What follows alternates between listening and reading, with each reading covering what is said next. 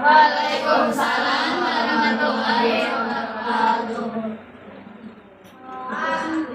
Terima kasih untuk beberapa pertemuan ini ya.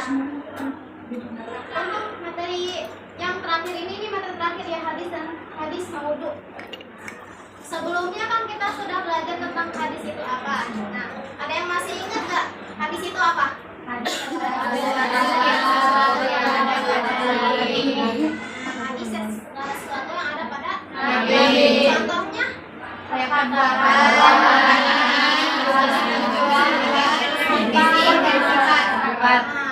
ternyata nggak semua hadis itu bisa kita terima. Nah, ada yang namanya hadis palsu. Kalau hadis palsu berarti bukan dari Nabi ya, bukan dari Nabi. Nah, hadis palsu ini disebut dengan hadis maudhu. Ya, disebut dengan hadis maudhu. Maka materi terakhir ini kita belajar tentang hadis palsu. Palsu ya.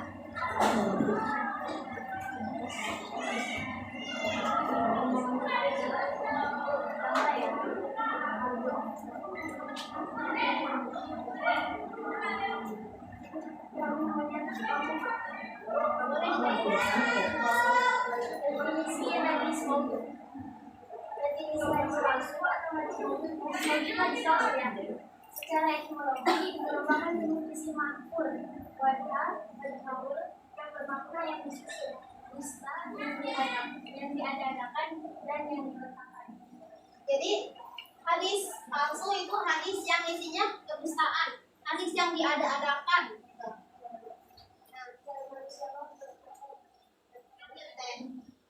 Sedangkan dari segi terminologi ulama, hadis mengartikan hadis palsu yaitu sesuatu yang dinisbatkan kepada Rasulullah SAW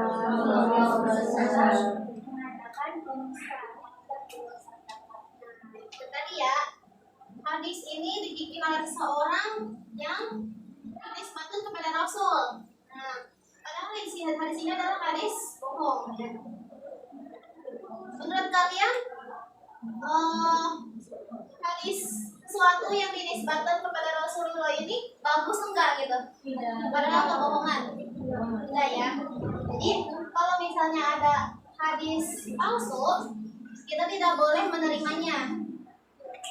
Selanjutnya,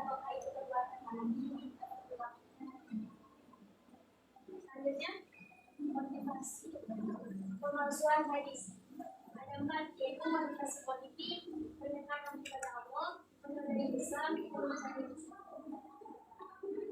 Motivasi ini itu kenapa sih seseorang itu melakukan pemalsuan hadis? Nah, seseorang ada beberapa orang ya, dia melakukan pemalsuan hadis ini karena dia politik, untuk pendekatan kepada Allah, menodai Islam, atau mencari rezeki. Jadi yang tidak berniat untuk memalsukan hadis. Nah, dan motivasi politik kematiannya. Menurut Ibnu Sirin, para sahabat apabila mendengar hadis pengetahuan mereka, berhenti sampai ketika ulama mereka kepada dia karena sakralnya ucapan Rasul. Contohnya kata Nabi Ali bin Abi Thalib. Contohnya Nabi Ali bin Abi Thalib adalah manusia yang baik apabila melakukannya yang keluar dari Islam. Nah, ini adalah contoh hadis palsu. Kenapa disebut hadis palsu? Lihat motivasi politik. Coba, siapa yang paling menjunjung tinggi Ali? Kelompok siapa? Si A. Nah, pada kelompok si A ini pada bikin hadis seperti ini untuk apa? Politik. Tuh, kan meninggikan derajat kelompok mereka. Ini motivasi politik. Contohnya ini, kata Nabi Ali bin Abi Thalib adalah manusia terbaik apabila melakukannya dia keluar dari Islam atau kafir. Ini termasuk hadis palsu. Kita orang Syiah ya, untuk kepentingan politik, kepentingan kelompok mereka. Untuk selanjutnya, pendekatan kepada Allah. Pendekatan hadis palsu karena ia ingin mengajak orang lain untuk lebih dekat dengan Allah. Karena situasi dan kondisi saat ini yang sudah bobrok, lalu banyak orang-orang yang sudah berwasiat daripada beribadah kepada Allah. Banyaknya oknum-oknum dari ahli tasawuf, mereka melihat kondisi seperti itu, akhirnya mereka membuat hadis palsu. Contohnya, seperti yang dikatakan oleh Maisaro bin Abdul Aziz.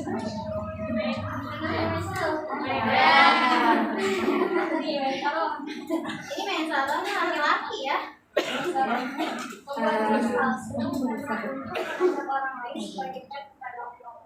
Itu ya, ada pendekatan kepada Allah. Jadi orang-orang tasawuf ya, orang-orang tasawuf itu orang-orang yang mementingkan akhirat ya. Mereka membuat hadis palsu agar orang-orang itu dekat dengan Allah. Jadi ada beberapa hadis palsu yang isinya itu tentang kebaikan. Tapi apakah hadis palsu tadi kebaikan itu boleh disebarkan? Yang ketiga, menodai Islam. Baik atau enggak menodai Islam? Menodai Islam, dia berniat membuat hadis palsu untuk menunjukkan Islam dari dalam kebiasaannya. Dia lakukan oleh lawan Islam yang tidak bisa menyerang secara terang-terangan. Akhirnya mereka menyusup mereka dari dalam kata Nabi Muhammad berkata, "Aku adalah nabi terakhir, tidak ada lagi nabi setelahku kecuali kalau Allah berkehendak." Dia ingin mengajak orang lain Gitu bawah. Oke, itu mengenai Islam. Biasanya itu dilakukan oleh orang yang tidak senang dengan Islam, kan kayak orang kafir ya, orang kafir gitu. Mereka ini menyusup, berpakaian seolah-olah seorang ulama, lalu membuat hadis, membuat sanad, membuat matan, membuat muridnya siapa. Padahal dalam hadisnya itu untuk menghancurkan seperti ini. Aku adalah nabi terakhir, tidak ada lagi nabi setelahku kecuali Allah berkehendak. Nah, ini ada hadis palsu karena Nabi Muhammad itu adalah nabi terakhir. Maka Al-Quran juga kan menyebutkan bahwa Nabi Muhammad itu nabi terakhir, tidak ada lagi nabi setelahnya. Lalu yang keempat, mencari rezeki. Orang lain memalsukan hadis tujuannya untuk mencari rezeki. Contohnya kalau pengemis, seperti yang dilakukan oleh Abu Sa'id Al-Maidani. Dia membuat hadis palsu agar dirinya mendapat ilmu. Itu ya, keinginan pada kaum mencari dirinya dengan Islam. Tapi gini, contohnya para pengemis, para pendongeng gitu ya. Misalnya dia itu orang yang apa ya, pendongeng kayak gitu. Ada seorang saudagar datang nih, seorang saudagar. Iya. Terus kata dia kayak gini, kamu sesuai hadis Nabi, kamu akan mendapatkan kekayaan yang berlipat gitu. Nah, berarti kan kalau misalnya seseorang disanjung, otomatis dia akan bahagia, dia akan memberikan uang lebih. Nah, itu mencari rezeki. Padahal itu hadis palsu, bukan dari Nabi tapi dari karangan sendiri.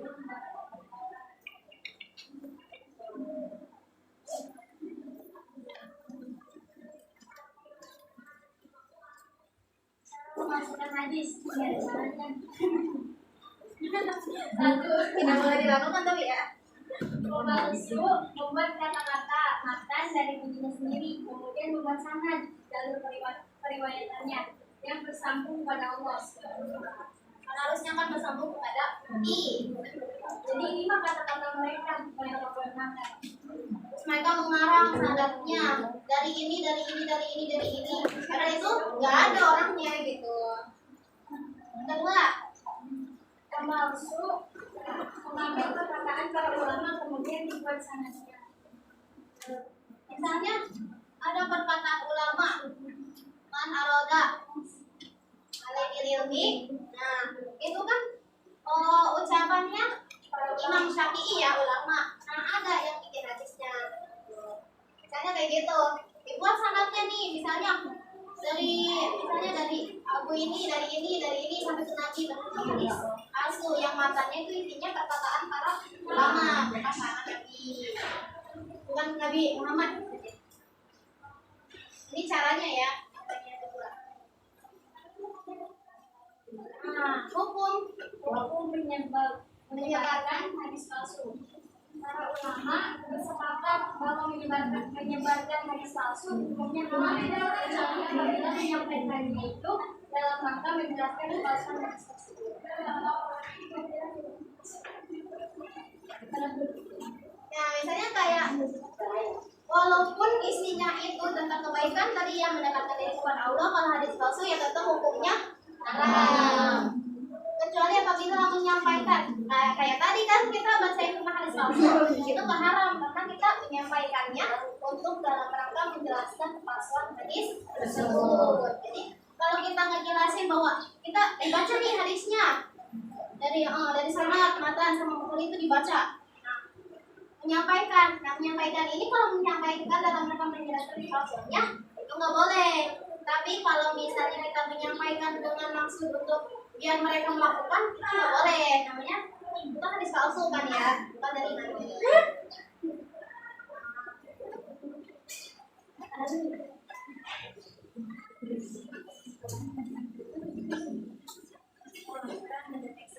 Cara mendeteksi hadis palsu ada 4. Pertama, kemampuan pemalsu hadis. Kedua,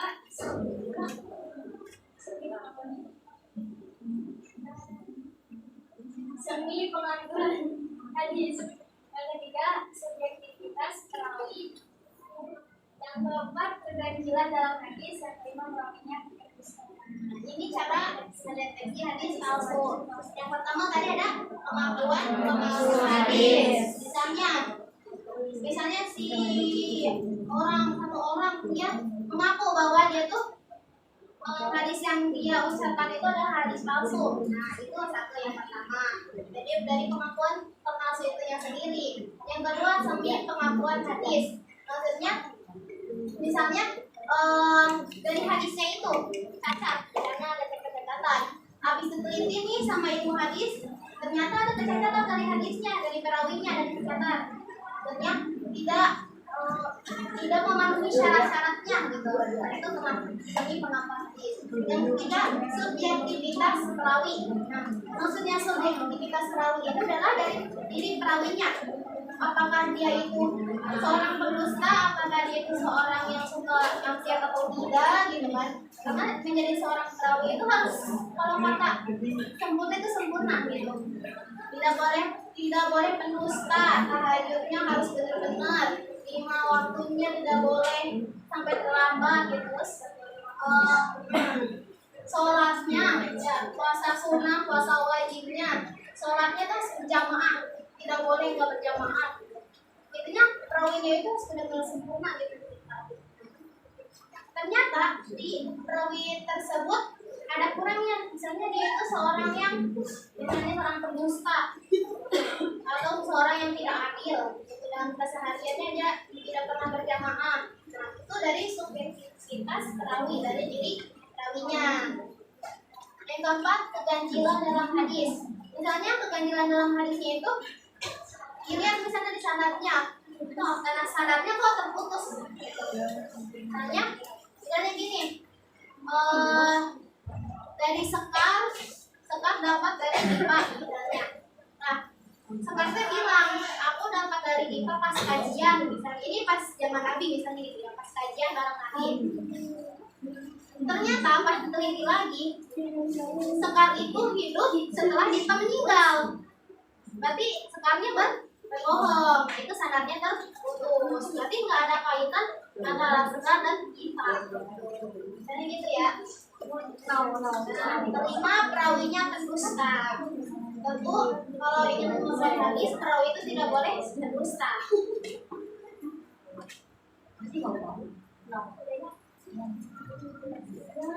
Nah, dari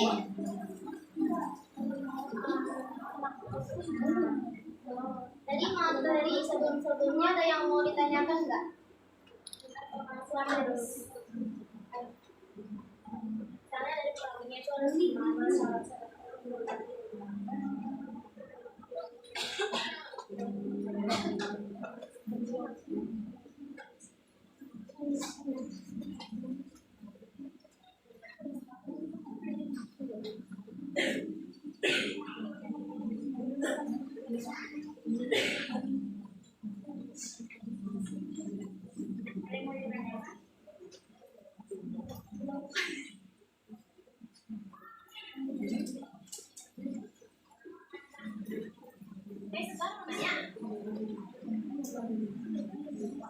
Mungkin ada yang belum paham dari kata-katanya atau minta dijelasin kembali soal yang maknanya.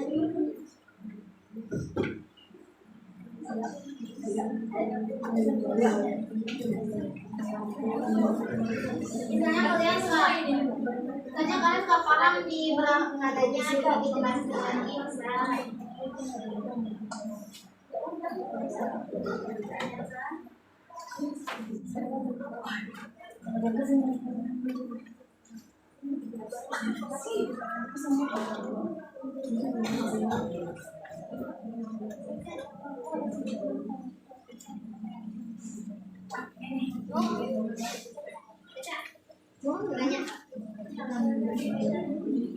Iya berdiri nggak apa-apa. Berdiri aja terus sebutin namanya. Itu aja. Ini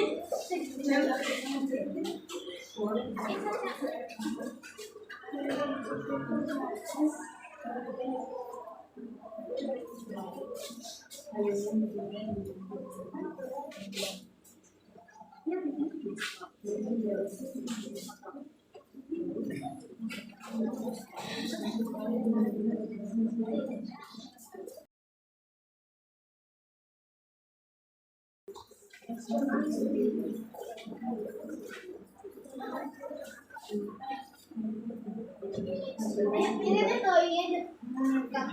Apa mau lihat ke sini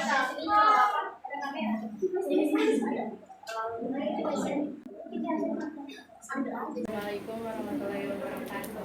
Waalaikumsalam warahmatullahi wabarakatuh. Perkenalkan, nama saya Salsa Bila. Saya ingin bertanya, kan tadi ada tentang pendekatan kepada Allah. Iya. Terus itu kalau misalnya hadisnya baik, boleh disebarluaskan atau tidak? Oke, terima kasih Salsa. Ada lagi? Ayo. Baik. Ayo.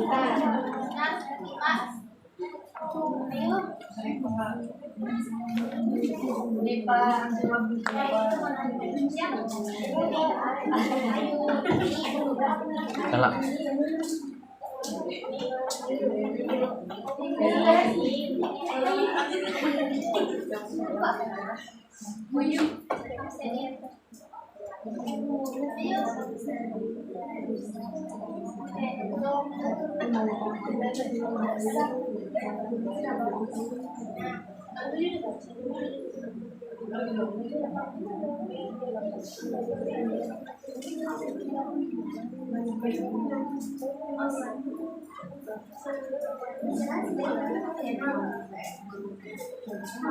Bismillah, untuk pertanyaan dari Salsa ya, jawabannya ya Bu, ada di ketik ini.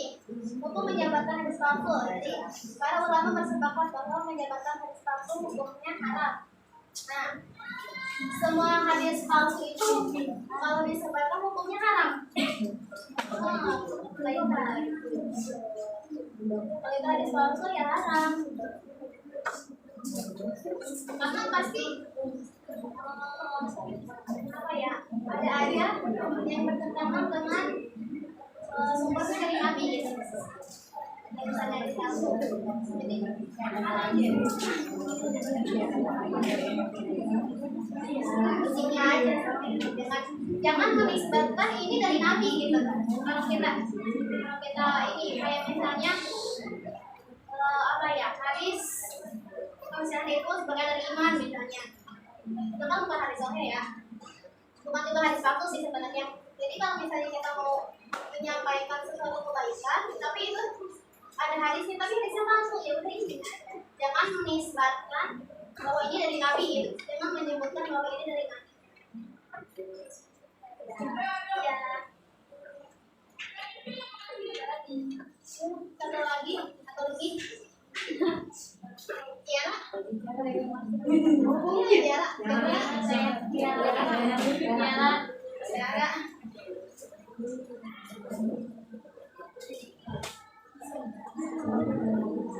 Ayo, kita mau.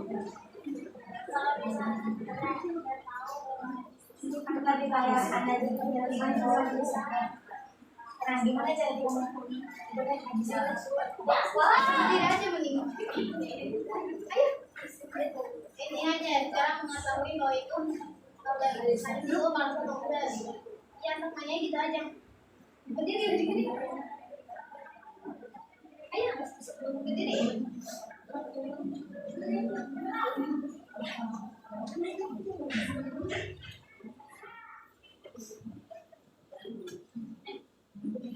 Saya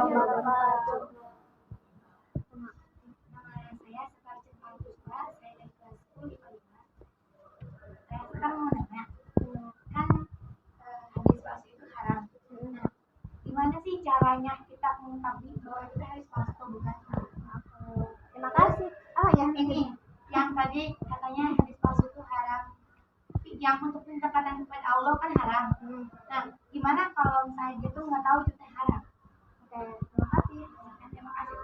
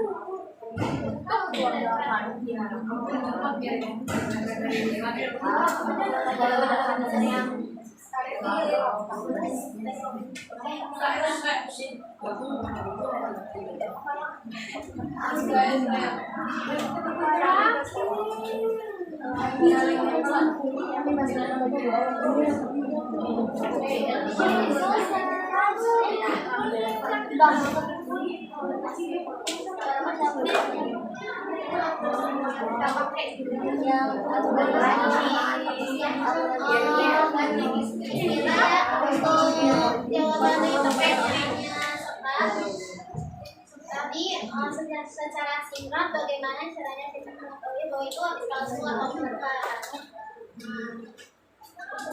Kita kan sebagai orang awam ya, bukan ulama atau orang yang cara yang paling sederhana ya.